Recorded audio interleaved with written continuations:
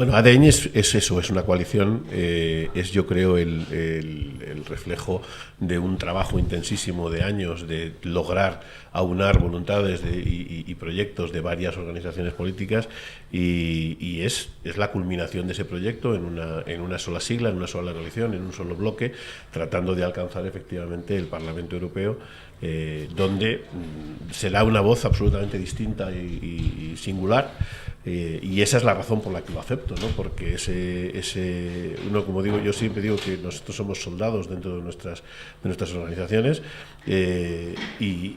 bueno, pues encabezar esa lista ha sido una elección por parte de las organizaciones que ha tenido, yo creo que un efecto positivo. A mí me hace mucha ilusión, es un honor, es una responsabilidad enorme, pero sobre todo es una obligación moral, ¿no? Es decir, se ha logrado la unificación de una serie de proyectos políticos y ahora lo que hay que hacer es encabezarlos y manejarlos con una sola voz y un solo proyecto. A mí me gustaría preguntaros a los dos, ¿qué es el euroescepticismo en España? Y si verdaderamente hay euroescepticismo. Yo he escuchado a Rafael López Díez en muchas tertulias, La Boca del Lobo, en realidad, comentar que, por decirlo de alguna manera, es el sentimiento mayoritario dentro de la Unión Europea y que ser euroescéptico no significa ir contra Europa, sino todo lo contrario, sino contra este modelo, ¿no? Un español no puede ir contra Europa.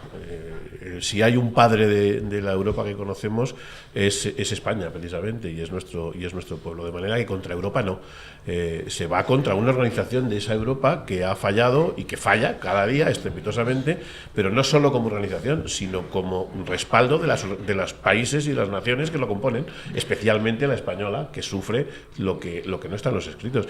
Estás diciendo, ser escéptico en España es una posición única. De hecho, desde el punto de vista de listas electorales y política, es una posición única, pero hay que recordar que casi la mitad de los europeos, que no creo que no se sientan europeos, sin embargo no participan de los comicios. ¿Por qué? Porque no creen en este modelo, porque no saben dónde están sus decisiones, porque saben que sus decisiones no tienen ninguna trascendencia, porque mucha de la política nacional no tiene ninguna validez si no se hacen cosas en Europa, y en Europa son incapaces de hacer porque, por un lado, unos aparcan allí a sus elefantes gastados en la política nacional, y otros siguen con una política continuista que ni siquiera evalúan, que ni siquiera saben lo que les está reportando. Europa tiene un 50% de personas que no votan y un 30% adicional o mezclado. Alrededor del 70% de los europeos son euroescépticos, por definición, o porque no participan de ello o porque explícitamente son euroescépticos. ¿Y qué es para nosotros ser euroescépticos? Pues evidentemente es plantarle cara a una organización europea que no nos sirve, en el campo, que no nos sirve en la ganadería, que no nos sirve en la soberanía, en general en la soberanía, que no nos sirve en la moneda, que no nos sirve en lo económico, que no nos sirve en lo territorial, que no nos sirve en lo jurídico. No hay ninguna cosa que respalde Europa que avale los intereses de España. Vamos a ver, hemos visto recientemente manifestaciones de eso que han llamado la España vacía o la España vaciada. Claro, al frente de estas manifestaciones se han puesto políticos que son eurocursis o euroapasionados.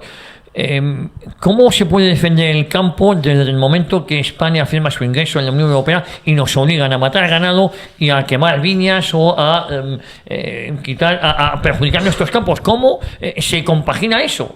Por absoluta ignorancia. Si nosotros les dijéramos a nuestros televidentes que el único país de la Unión Europea que ha tenido un notable éxito por la pertenencia a esa Unión Europea es Alemania, que ha logrado convertir 1.400 billones de dólares positivos, pero que en su extremo opuesto está Italia, que ha perdido 4.400 billones de dólares por su pertenencia a la Unión Europea, y que eso, España por supuesto está en esa tabla, bueno, de hecho estamos todos en la tabla menos Alemania, con distintos valores estamos todos menos Alemania, pero y en esa tabla, ¿quiénes están más perjudicados? Los países de lo que llamamos de la cuenca mediterránea o del sur, España, Italia. ¿Por qué? Primero porque no nos comprenden, porque no saben cuál es nuestro, pero no lo saben ni ellos ni nosotros, o sea, ni nuestros políticos españoles, ni los europeos, mucho menos, ¿no? Es sorprendente cada vez que ha venido alguien a tratar de evaluar cuál era la situación de España, por ejemplo, la dehesa, nuestra clásica dehesa, nuestra ganadería extensiva, es que no les viene nada en el diccionario por esto, no les viene nada, no entienden, preguntan, cuando vienen los políticos de fuera te vienen a preguntar que dónde se estabulan las vacas, que dónde defecan o que cómo se las ordeña. Es que no entienden que nuestro ganado y que nuestra ganadería es otro modelo distinto, y como no lo entienden, primero lo inundan de ganadería, nos piden que la convirtamos en intensiva, una ganadería intensiva de carácter extensivo, y entonces nos comemos los pastos, entonces hay que comprar pastos, hay que traer los pastos desde fuera, y entonces se inunda el mercado, entonces se bajan los precios, se van a hacer ganar los precios, entonces hay que matar vacas, hay que matar reses, y entonces viene la PAC, y entonces te subvencionan el matar animales.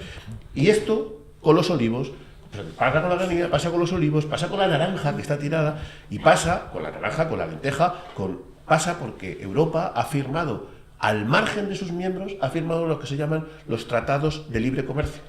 Y esos tratados de libre comercio han hecho que la importación de productos procedentes del campo sean los que compiten con España sean todos fuera.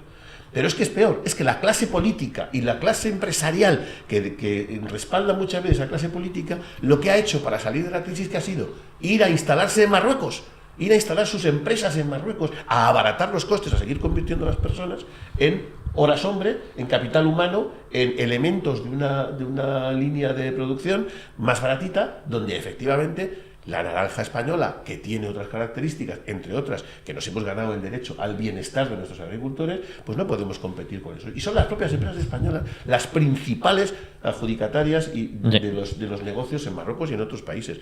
Eso no lo entiende Europa y se lo tenemos que explicar. Martín y Rafael, ¿estamos en un punto de no retorno o hay posibilidad de recuperar soberanía? Bueno, o sea, yo creo que estas elecciones próximas, yo estoy convencido que estamos convencidos que el proyecto de la Unión Europea actual es un proyecto quebrado, es un proyecto terminado, es un proyecto que con el Brexit y a continuación si Dinamarca toma la decisión de hacer uso de su cláusula de exclusión, va a referéndum y se sale, Europa ha terminado. Europa terminó ya hace muchos años cuando había dos Europas, la Europa de la zona euro y la Europa fuera de la zona euro.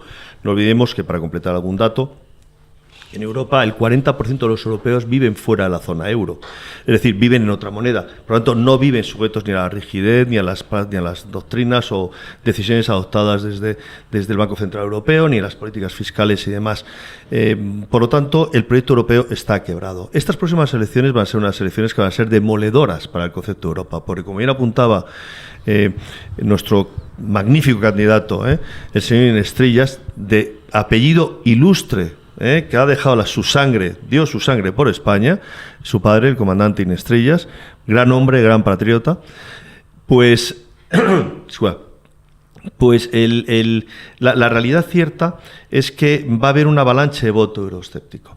Esta avalancha de voto euroescéptico va a hacer que, sumado al que actualmente el 60% es abstención, y hay un 20%, más o menos 13-17% de voto euroescéptico. Eso nos sitúa, como tú apuntabas, 70-73%, 75%, pero es que en estas elecciones se estima que el voto euroescéptico va a pasar al 30%.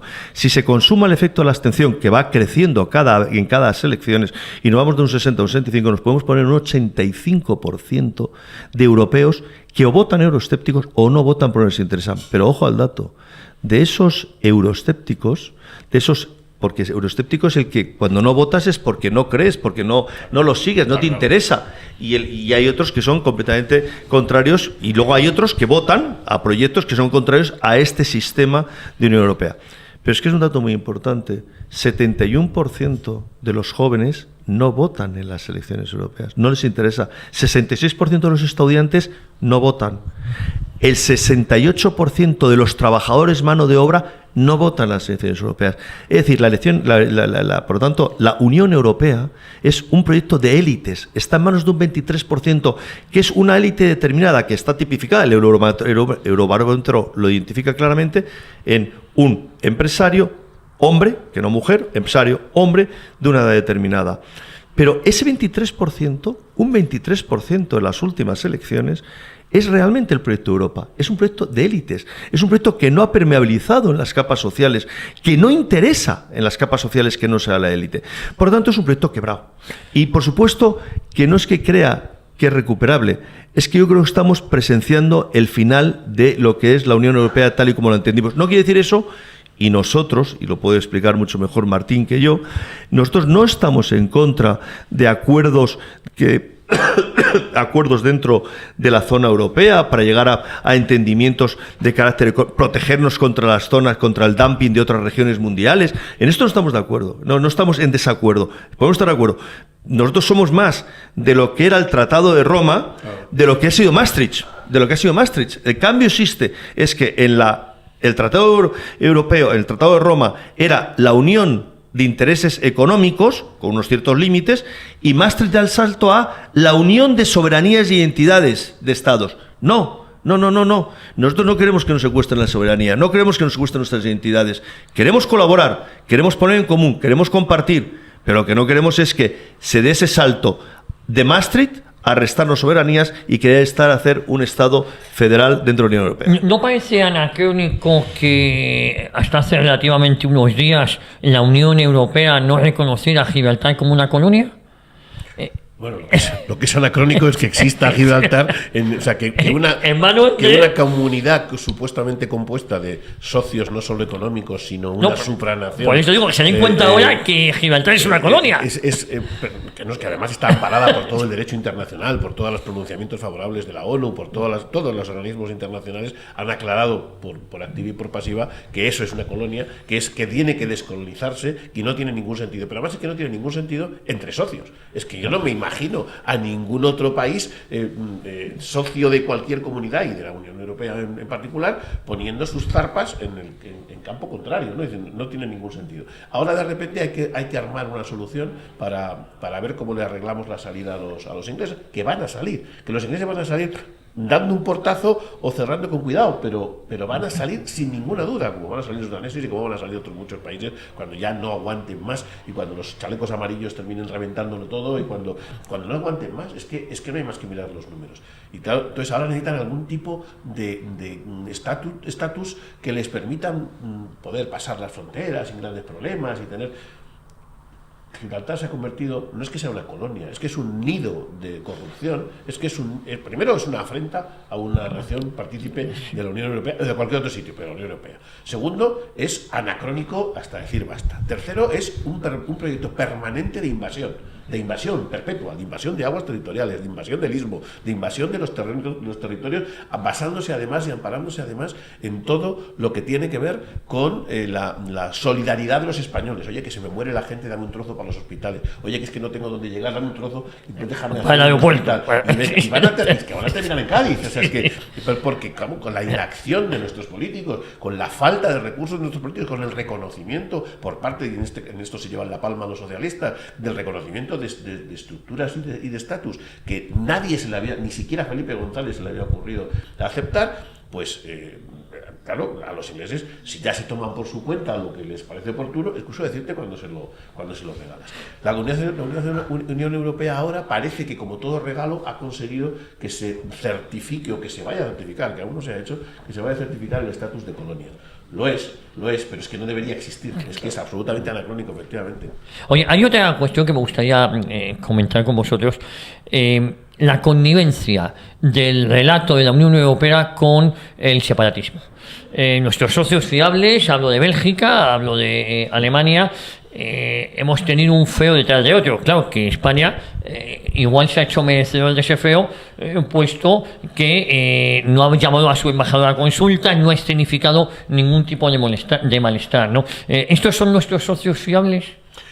Eso está. Hay un magnífico libro que se acaba de publicar y que no es otra cosa que un reflejo de un informe que se le han presentado a los jueces que están juzgando precisamente el caso de la secesión en Cataluña, que se llama Soros rompiendo España. El libro recoge, entre otras cosas, no son opiniones, son datos y son expresiones del propio George Soros en sus publicaciones y en sus manifiestos, y en sus manifestaciones. Naturalmente que hay connivencia, es una herramienta necesaria, es que de hecho la forma de... George Soros tiene para sí, y lo dice abiertamente, tiene para sí haber destruido en los años 90 la libra esterlina, destruida, habiendo ganado miles de millones de euros él con esa operación. Él es el responsable de toda la ideología de género que tiene un trasfondo absolutamente social y de transformación de ingeniería social. Es el responsable de los grandes elementos que nos financia él, con las famosas sociedades abiertas, es el que financia todos los movimientos migratorios. Y nos ha anunciado que va a tener a Europa y a España en particular, nos lo ha anunciado él, que la va a tener en situación permanente de crisis. ¿Por qué? Porque él necesita territorios débiles, necesita balcanizaciones, necesita rupturas territoriales de soberanías, porque eso se puede manejar, porque enfrentar unos contra otros es lo que le conviene a sus intereses económicos, porque de esa manera podrá seguir manejando mano de obra esclava que trae con el único objetivo de generar efectivamente nuevos ingresos, y lo está haciendo encima, que es lo más curioso, ¿no? Con la mirada de la vaca que mira al tren del resto de los europeos, ¿no? Que yo he visto cómo se felicitaba a George Soros por personas de españolas del Partido Popular con una cierta capacidad intelectual, y haberle felicitado por una entrevista o por un cumpleaños, que yo hemos visto cómo se sentaba en primera instancia con el presidente, el 8 meses presidente en el Palacio de la Moncloa, y no se sabe qué es lo que vienen a tratar. Lo que sí es cierto es que está perfectamente documentado cuál es su objetivo. Su objetivo es balcanizar el mundo y en particular Europa. Balcanizarla, romperla, es una herramienta. Pero para apostillar o apuntar un poco lo que está diciendo Martín, la Unión Europea, y esto, claro, la gente, como no le interesa la Unión Europea, pues no leen sobre la Unión Europea, no leen sobre los tratados de la Unión Europea, o no leen sobre los documentos traspuestos de la Unión Europea.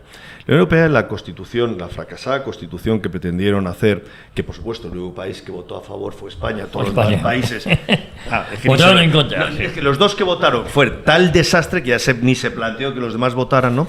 Pero cuando eso lo hicieron por la puerta de atrás, se intentaron llevar esa constitución y lo llevaron de facto por la puerta de atrás al Tratado de Lisboa, hay un principio básico en el Tratado de Lisboa, es el impulso de las regiones. Es decir, no se habla de las naciones, sino se habla de las regiones. El principio de divide y vencerás. El principio de cuanto más débil sea el estamento representativo de la entidad Estado, es más fácil de controlar. Es decir, es mucho más difícil controlar un Estado español que controlar a Cataluña o fomentar la independencia en Vascongadas o en Galicia. El proyecto de las regiones es el proyecto culmen y el más suscrito y el más apoyado y el que más dotación tiene presupuestaria en Europa. Y eso no tiene más finalidad que destruir o canibalizar las soberanías, las identidades y las idiosincrasias de cada uno de los estados-nación, ¿no? Esa estrategia es clara, no la han ocultado, la han puesto siempre en manifiesto. No solamente la han puesto en manifiesto, insisto, es que han legislado sobre ella y han dotado los presupuestos para ello.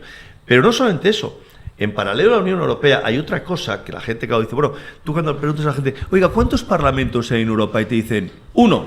No, hay el Parlamento Europeo y la Asamblea del Consejo de Europa.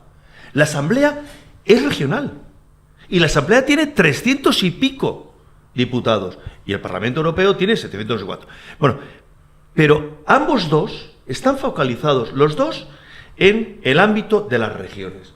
Y esa focalización tiene como objetivo la debilitación del Estado-nación, del Estado-patria. Pero además es que encima, claro, en esa ceremonia de la confusión, todo esto se adorna con el apoyo a unos principios nacionales, ¿no? Nacionalistas, ¿no? La consecución de objetivos por parte de todas esas regiones soliviantadas de carácter nacional. ¿Y qué está pasando?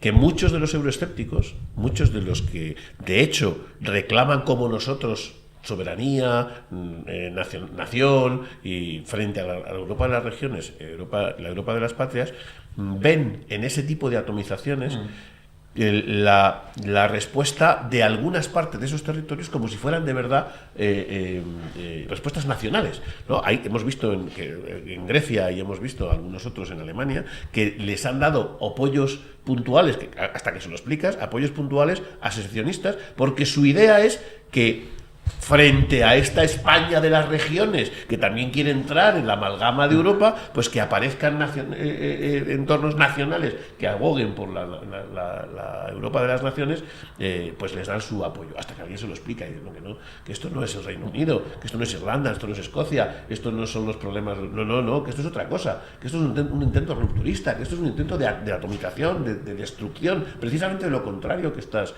buscando.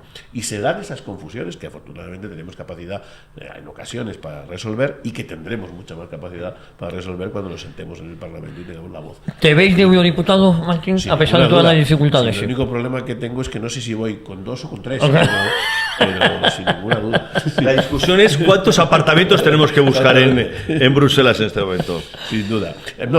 Fuera de broma, es muy difícil, pero no solo no es imposible, sino que se van a dar circunstancias que pueden apoyar eso. Y una de las circunstancias, pese a haber sido montado precisamente para lo contrario, hacer coincidir todos los procesos con un mes de diferencia uno de otro, tratando de apuntalar aquello con las municipales, con las otras, para que incitar al voto ese que nos decía Rafael que no se va a producir. Pero probablemente un mes va a ser más que suficiente para terminar de romper los encantos en desencantos de aquellos que están teóricamente en el colectivo, están pensando que pelean en el mismo terreno.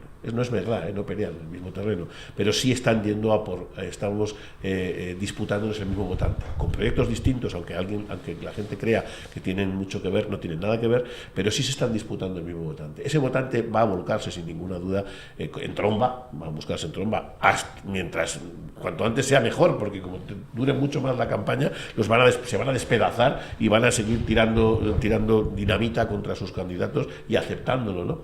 Pero es verdad, pese a todo va a entrar en tromba el 28 de abril formaciones políticas que supuestamente ocupan nuestro espacio. Nada más falso, pero supuestamente es así. Pero del 28 de abril al 26 de mayo hay todo un mes donde se van a escenificar muchas cosas, donde se van a ver todas esas grandes diferencias, donde se va a ver, entre otras cosas, lo que de verdad había en ese proyecto. Y yo tengo la sensación de que muchos de esos posibles votantes o de gente que haya dado el respaldo o vaya a dar el respaldo a Vox, sumidos en esa especie de tsunami, van a tener tiempo más que suficiente para replantearse la intención de voto y reencontrar otro camino. Lo tengo claro. Pero es que más, Martín, vamos a ver, la diferencia va a ser clara. El único partido que va a presentar una opción euroescéptica, clara, transparente, mediana, que no va a dejar lugar a dudas, va a ser ADN.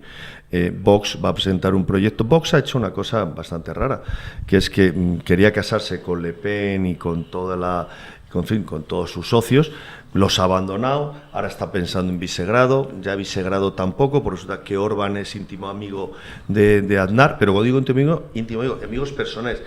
Aznar visita 2-3 veces Hungría al año, invitado por Orbán a título particular, título personal o profesional, no lo sé, pero lo cierto es que va.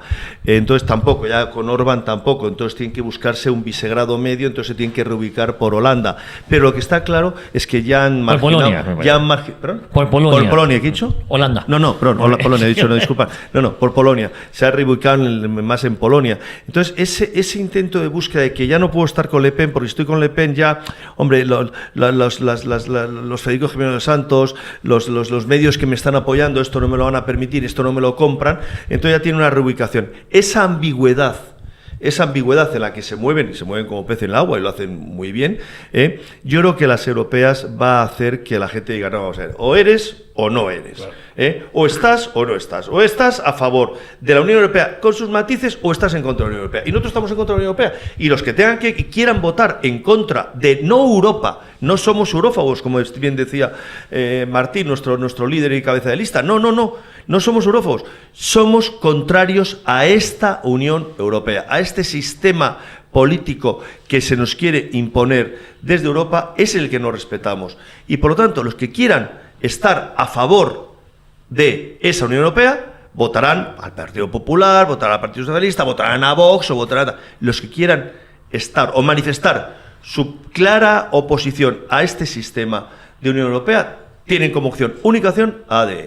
Martín, ¿cómo vas a plantear la campaña? Porque supongo que no será fácil. No, bueno, medios escasos, recursos limitados. Claro, de momento trabajando mucho, ¿no? De momento el efecto, digamos, de salida ha sido dar a conocer un candidato de consenso, y eso ha sido de consenso de las 4 formaciones, y eso creo que ha salido muy bien, pero no se nos puede olvidar que detrás hay un equipazo, que detrás de 4 organizaciones con sus primeros espadas, sus segundos y sus terceros espadas, todos en el mismo equipo, hace una candidatura muy potente. El centrarnos en solamente en las europeas hace que podamos concentrar a todos nuestros mejores talentos a trabajar en eso. ¿Y eso cómo se va a hacer? Pues evidentemente con recursos muy escasos y sin los medios al uso. Tenemos estos, pero los medios al uso no nos van a dar ninguna cobertura. Pues implicará viajar mucho, moverse mucho. Estamos estableciendo campañas que yo creo que van a ser muy significativas, que es nosotros tenemos un emblema que es la bandera de la Unión Europea cruzada con la bandera nacional por encima, que no significa otra que eso, que el concepto de que por encima de todo están los intereses de nuestra patria, ¿no? Y esa la vamos a hacer pública, la vamos a hacer visible, vamos a tratar de que la gente se pregunte qué es eso, quiénes somos, qué está pasando, ¿no? Y como digo, pues medios, redes, viajar mucho, repartiéndonos el terreno, sobre todo en los 15-20 días anteriores de las propias elecciones. El calendario es brutal, y tratamos todavía de cerrarlo más, ¿no? Tratando de encontrar que si estamos por la mañana en Almería, a ver si por la tarde podemos estar en Albacete, por decir algo. Porque no tenemos avión. No tenéis un Falcon, ¿no? Oye, muy rápidamente, sí. Te voy a regalar... Te voy a regalar. Así me gusta. Te voy a regalar un magnífico pin, que es al que se estaba refiriendo nuestro cabeza de lista Martín Estrellas, que, como bien decía, es la bandera europea que está tachada con la bandera nacional, de forma tal que evidencia que ante todo, que es también nuestro lema, ante todo Rafael. España, ante todo España, ante lo que es la Unión Europea está España. Y te pongo el pin para que... ¿Me lo has metido en el ojal o...? Te lo he metido en el ojal a ver si me vas a... y no te he pinchado. A ver si me rompe la americana y la hemos liado.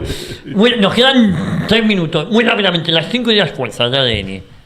Bueno, a mí me gusta decir que solo es una. Bueno, pues la única. Que es soberanía, porque todas ellas tienen de común identificador el que es la soberanía. Soberanía interior y soberanía exterior. Soberanía para tomar decisiones dentro de nuestro país y poder enfrentarnos a esos procesos secesionistas con toda la entereza de un Estado, y soberanía exterior porque es fuera donde se nos está pidiendo que efectivamente pues tengamos que luchar también contra Bruselas, tengamos que luchar contra la moneda, que es una de las características.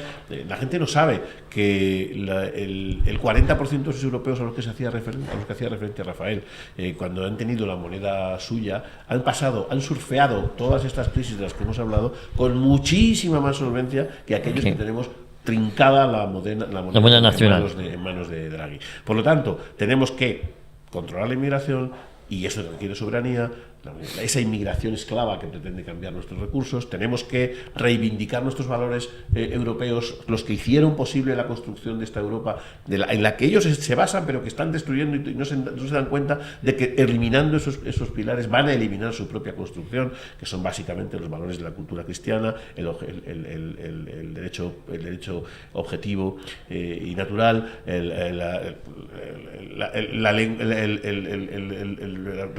la cultura grecorromana, el control de fronteras, como digo, la salida de la moneda. Al final son tenemos que poder tomar decisiones, nuestras decisiones, compartirlas con nuestros socios, establecer marcos de convivencia económica que nos protejan frente a los demás, pero poder decidir si depreciamos o apreciamos una moneda, si cerramos o abrimos una frontera, si establecemos un marco jurídico que nos convenga más o menos, si arrancamos o no arrancamos tomates.